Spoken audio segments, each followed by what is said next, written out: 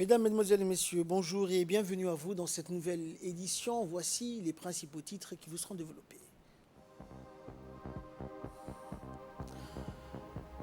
Cérémonie de fin stage au garde-côte aujourd'hui, un stage qui portait sur le FETA, la formation élémentaire, toute arme.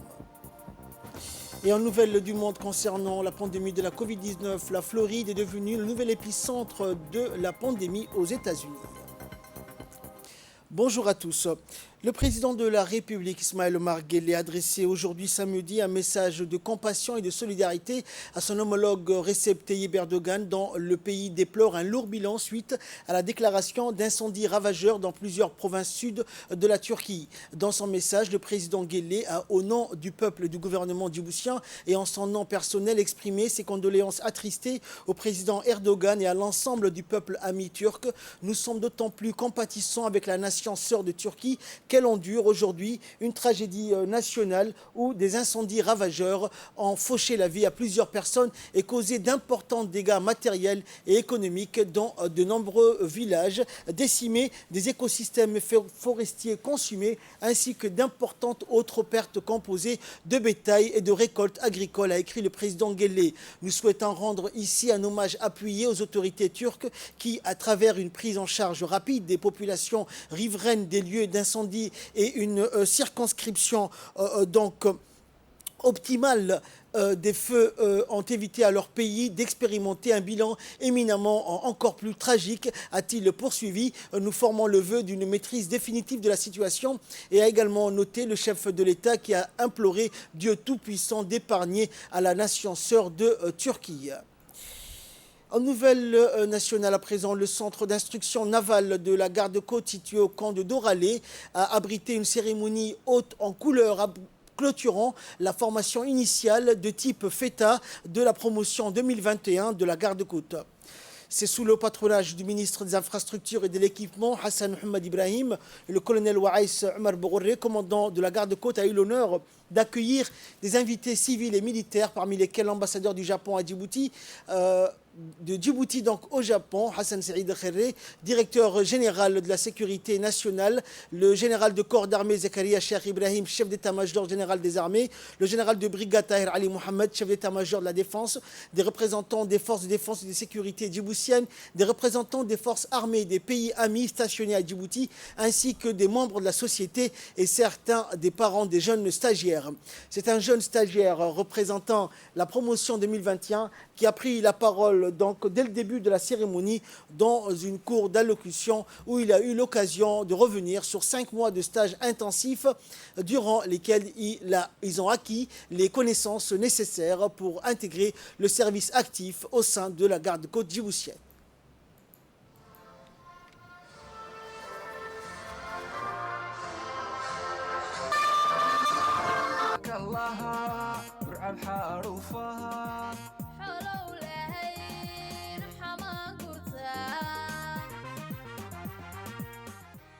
Par la suite, le ministre de l'Équipement et des Infrastructures, Hassan Mohamed Ibrahim, a effectué une revue des troupes accompagné du colonel Waïs Omar Bourré.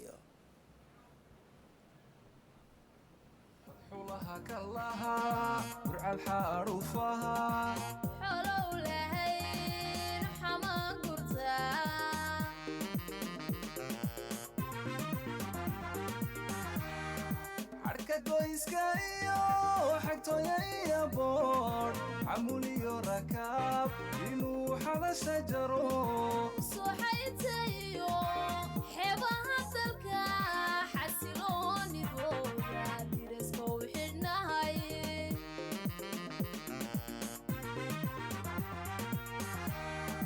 حركة كويسكا حكتو يا بور عمولي ركاب ينوح على شجره صحيتيو حبها تلقى حسلوني فوقا درسكو وحناي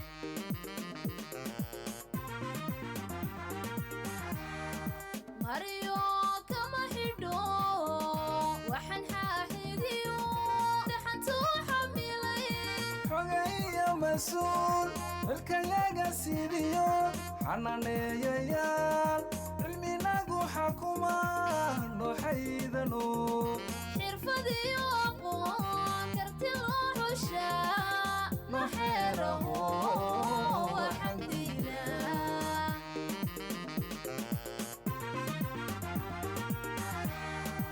maryo kama xidho waxaan xaaxidiyo dhaxantuu xamilay xogaya mas-uul xilkayaga sidiyo xanaaneeyayaal cilminagu xakuma nooxaydano xirfadiyo aqoon karti loo xushaa Quel honneur et quelle joie d'être en présence de cette honorable assemblée en ce jour où nous célébrons la clôture de la formation initiale du FETA de la promotion 2021 de la garde-côte djiboutienne que je représente devant vous.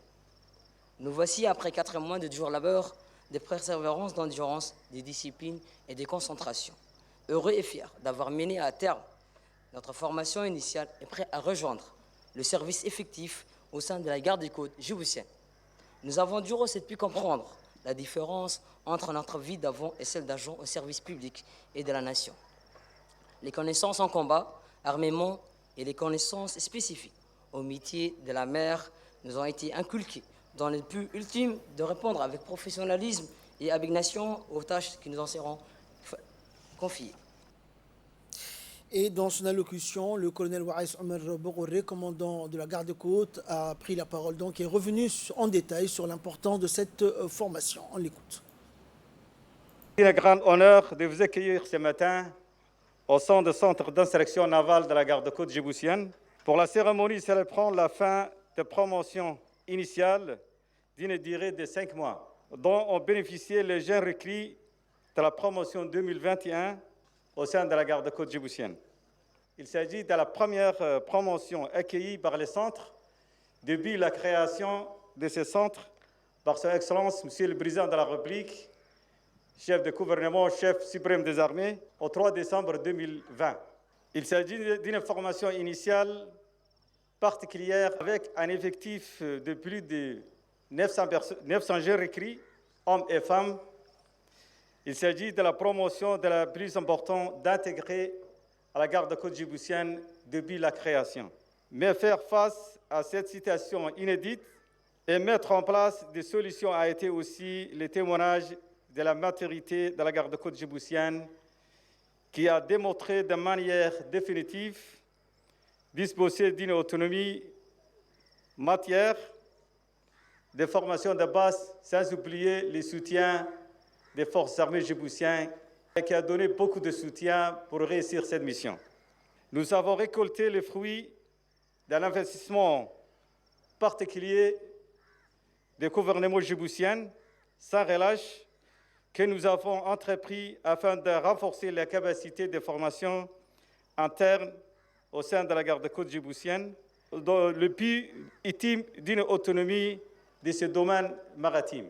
La clôture de cette formation constitue le point de départ pour notre institution dans cette démarche d'accompagner l'intégration professionnelle de ces jeunes nouvelles recrues dans les différents services et unités de l'institution dans chaque spécialité. Je tiens à saisir cette occasion pour exprimer notre gratitude à Son Excellence, Monsieur le Président de la République, chef de gouvernement, chef suprême des armées, pour son soutien constant et indéfectible et sa foi inébranlable en notre institution. La garde-côte djiboutienne est le fruit de sa vision stratégique destinée à doter notre pays d'une force de sécurité et sûreté maritime dans le domaine maritime djiboutien. Je tiens aussi à saluer l'engagement constant du ministère des Infrastructures et des Transports et son appui de tous les instants à nos côtés. Permettez-moi aussi de remercier particulièrement le général des corps d'armée Zakaria Cheikh Ibrahim, chef d'état-major général des forces armées, qui n'a pas cessé de renforcer les capacités opérationnelles de la garde-côte djiboutienne dès le début.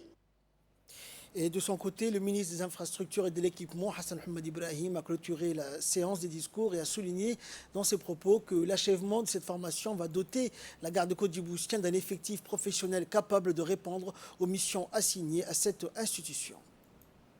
Pour moi, un grand honneur et un réel plaisir d'être parmi vous à l'occasion de la clôture de la formation initiale qui a été dispensée aux jeunes recrues de la promotion de 2021 de la garde-côte djiboutienne, avec un effectif de près de 1000 jeunes hommes et femmes. Ces projets constituent sans contester la plus grosse addition aux effectifs de ces tensions à ce jour et témoignent du rôle important que ces personnels vont jouer pour renforcer les capacités humaines de la garde-côte djiboutienne. Cette action a été chargée par le président de la République, son Excellence, M. Ismaël Omar Guelleh, de veiller à la sécurité et la sûreté maritime de notre pays et de préserver l'intégrité des infrastructures portuaires qui constituent le poumon économique de notre pays. L'achèvement de cette formation initiale par les jeunes recrues est une étape importante pour la détention, qui va ainsi disposer d'un personnel compétent, professionnel et sérieux. Enfin, renforcer la réussite de ces missions de préservation de la sécurité maritime. J'ai saisi cette occasion pour féliciter le général du corps d'armée générale, M. Zakaria Cheikh Ahmed Ibrahim, pour son soutien constant et de renforcement des capacités coopérationnelles depuis la création de cette tension. J'ai saisi cette occasion aussi pour saluer le leadership remarquable du colonel Waïs Omar Bogoré, qui a toujours mis en exergue la qualité des formations dispensées au personnel de la garde-côte afin d'hausser leurs connaissances adéquates nécessaires pour l'exécution de leurs tâches au quotidien. Je tiens aussi à féliciter les directeurs du stage, l'ensemble des cadres et des instructeurs qui ont, avec professionnalisme et abnégation, dispensé cette formation et partagé leurs expériences avec les jeunes recrues. Et s'en est suivi une remise de récompense aux 5 premiers stagiaires de la promotion 2021. Et à la fin des discours, donc, puis les invités et les stagiaires se sont rassemblés pour une photo de famille, immortalisant ainsi cet événement. Les invités ont enfin profité d'un banquet à leur honneur dans le hall de cérémonie du centre d'instruction navale de la Garde-Côte, durant lequel les stagiaires ont présenté des chants et des danses traditionnelles.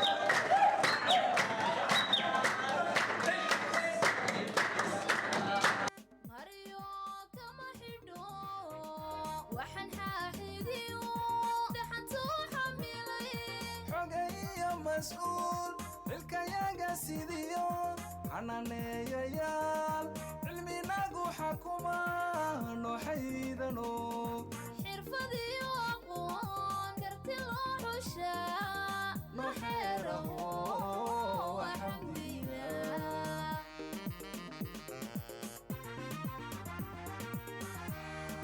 xuskii dhalashadayda xafladani ka dhigato waa maalin xiisa leh iski dhalashadayday xafladani ka dhigato waa maalin xiisa leh.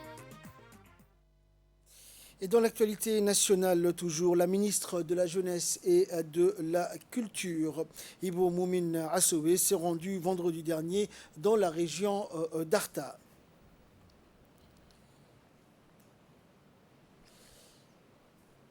Accueillie donc par les responsables de la région, la ministre s'est d'abord prêtée donc avec l'ensemble des responsables des CDC, des sages, des jeunes et des autorités de la région d'Arta.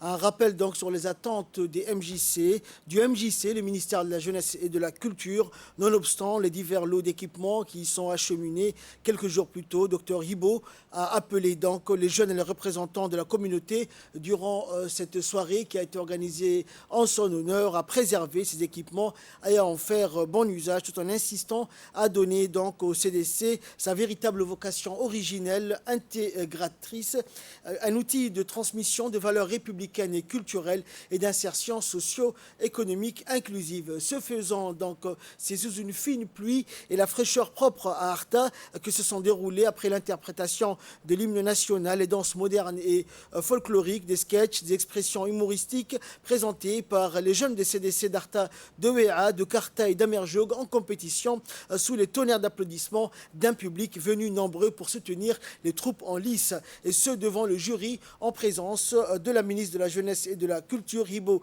Moumin Assoué, des autorités locales et de hauts responsables de la région.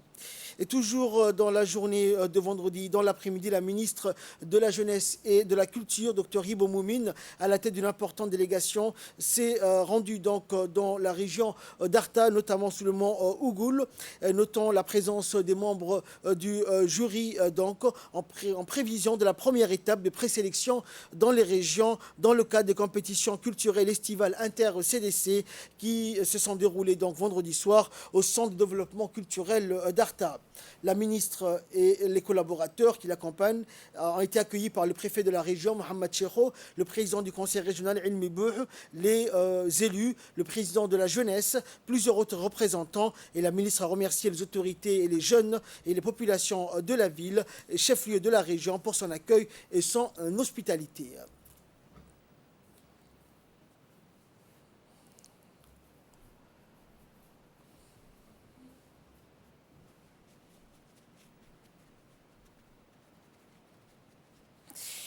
Et de là, nous passons à ce qui fait la une de l'actualité internationale. La Floride, nouvel épicentre de la Covid-19 aux États-Unis, fracasse des records au cœur d'une nouvelle vague. La Floride a battu le record du nombre de cas de Covid-19 en une seule journée, selon les données des autorités fédérales américaines publiées hier. Elles ont signalé 21 683 nouveaux cas pour ce seul État. La Floride est devenue le nouvel épicentre de la contagion aux États-Unis. Un nouveau cas sur 5 y a été signalé.